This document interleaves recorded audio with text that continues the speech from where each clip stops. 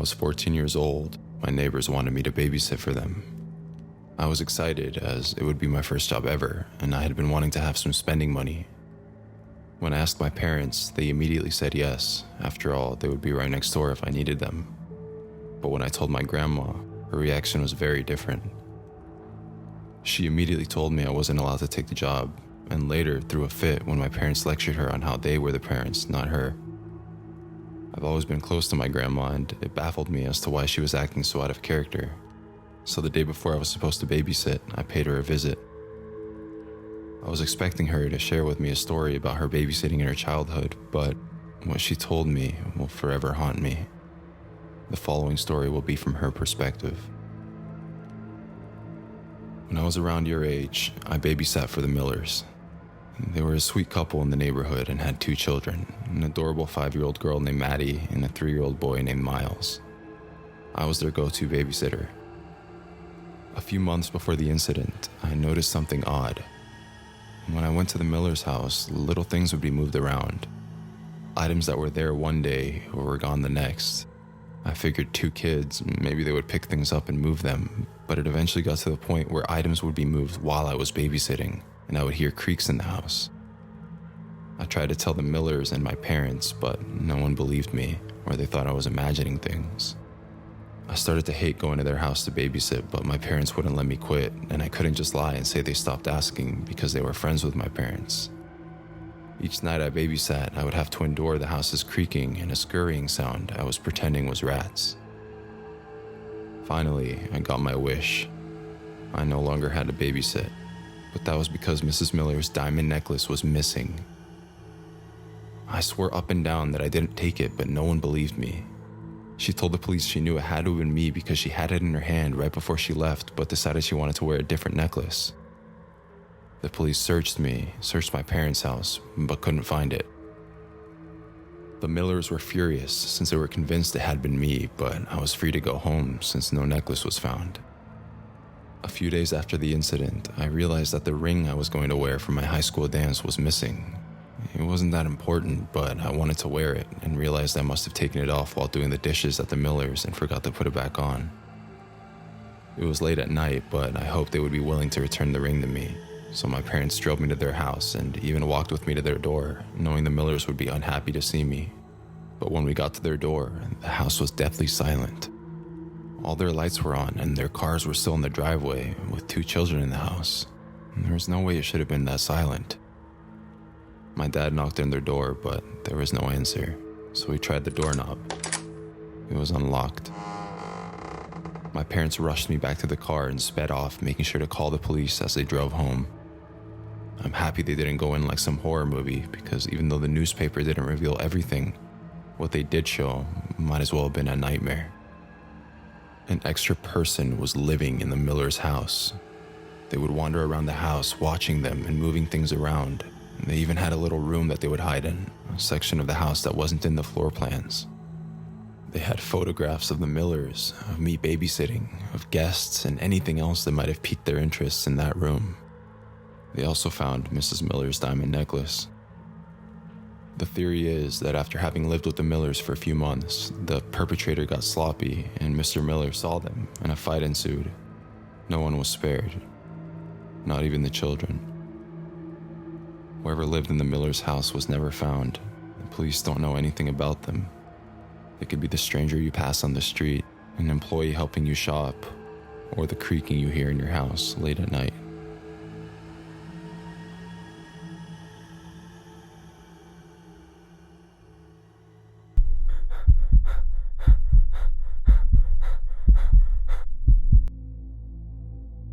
I quit babysitting for my neighbors.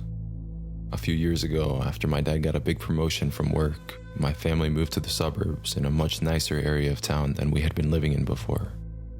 We were all extremely happy with the move, and our quality of life went way up. I was 15 back then, about to get my driver's license, and eager to make some money for myself. If I was going to enjoy my freedom to the fullest, of course I was going to need money, so I went door to door around the subdivision, mentioning all the babysitting I'd done in my old neighborhood.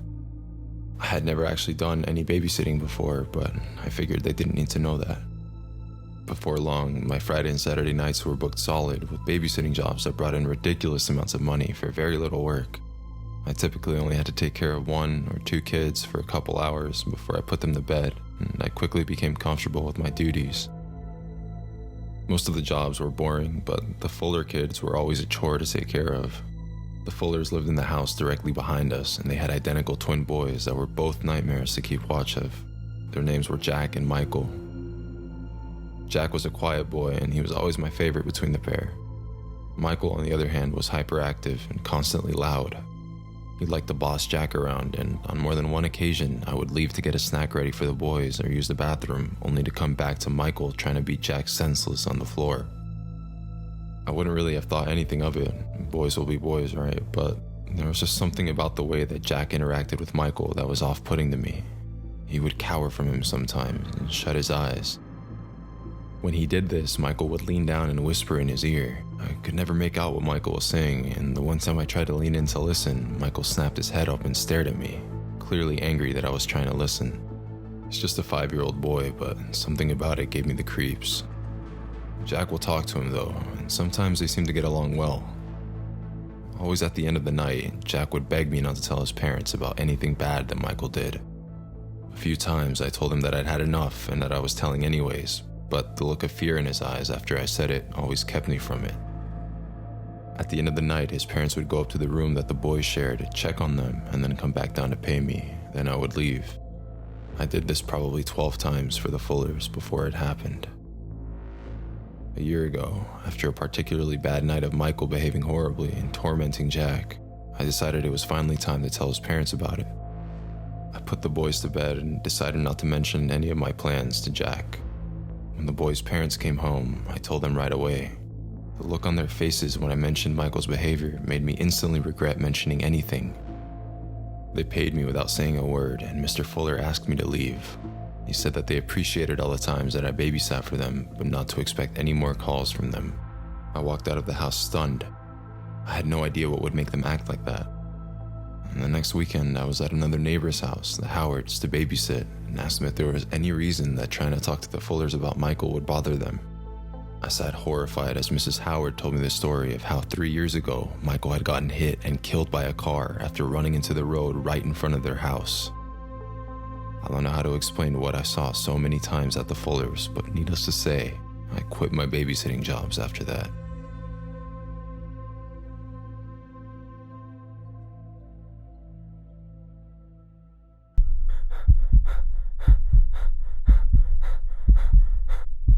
When I was 14, I used to do a lot of babysitting in my neighborhood in the summer.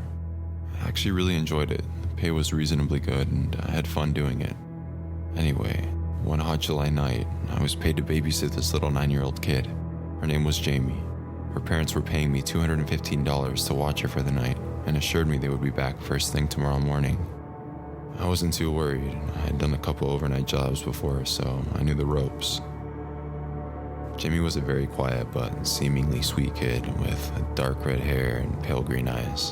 When I introduced myself to her, all she said was, "You're pretty," and then returned to the drawing she had been working on. We didn't talk too much after that as she was enthralled in her drawing and I didn't want to bother her.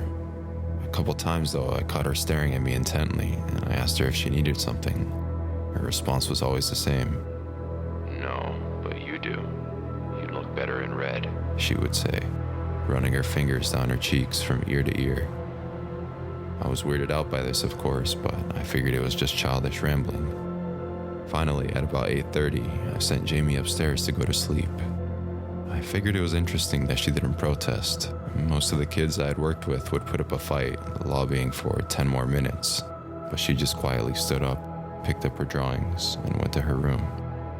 I was pretty tired myself, so as soon as she was in bed, I went to sleep myself on the couch downstairs. At about 1 a.m, I heard someone on the stairs. It was Jamie. I figured she was coming down to get a warm glass of milk or whatnot because she had had a nightmare or something. I was super tired and sincerely hoped she wouldn't make me get up and check her closet for monsters or something silly like that, which had happened to me before, so I continued to pretend I was asleep. My prediction proved correct when I heard her go to the kitchen. After a few moments of shuffling around in there, I heard her enter the living room where I was sleeping. I continued to pretend I was sleeping in hopes that she would go away, but strangely enough, she didn't. She just stood right there, right beside the couch, not saying a word. I peek my eyes open a bit to see she's got this creepy, deranged grin on her face, her hands held behind her back. She leaned down and whispered in my ear, "I know you're awake. You look so pretty in red." She then took one of her hands out from behind her back and placed a crumpled piece of paper in my hand, one of her drawings, I presumed. She stands a moment longer at my side and then turned to go back upstairs. In the pale moonlight that streamed in from one of the outside windows, I could faintly make out the metallic glint of a large carving knife she held in her other hand while she was watching me. Needless to say, I was scared out of my bloody mind. I called my mom in a panic and told her everything. She came over to pick me up and called Jamie's parents, and they came home early and paid me nearly double the amount we had agreed upon for my trouble. I never saw Jamie nor her parents again after that. When I got back to my house after that ordeal, I was too wired to sleep, but I finally managed to work up the courage to look at the drawing Jamie had given me. It was a moderately detailed sketch of me with my mouth split wide open from ear to ear. Blood gushed everywhere from the wound, and in the background the word "die" was written over and over in big bold letters. I have no idea what the hell was wrong with that kid, but I firmly believe that if I hadn't woken up that night, I wouldn't be here to tell this story.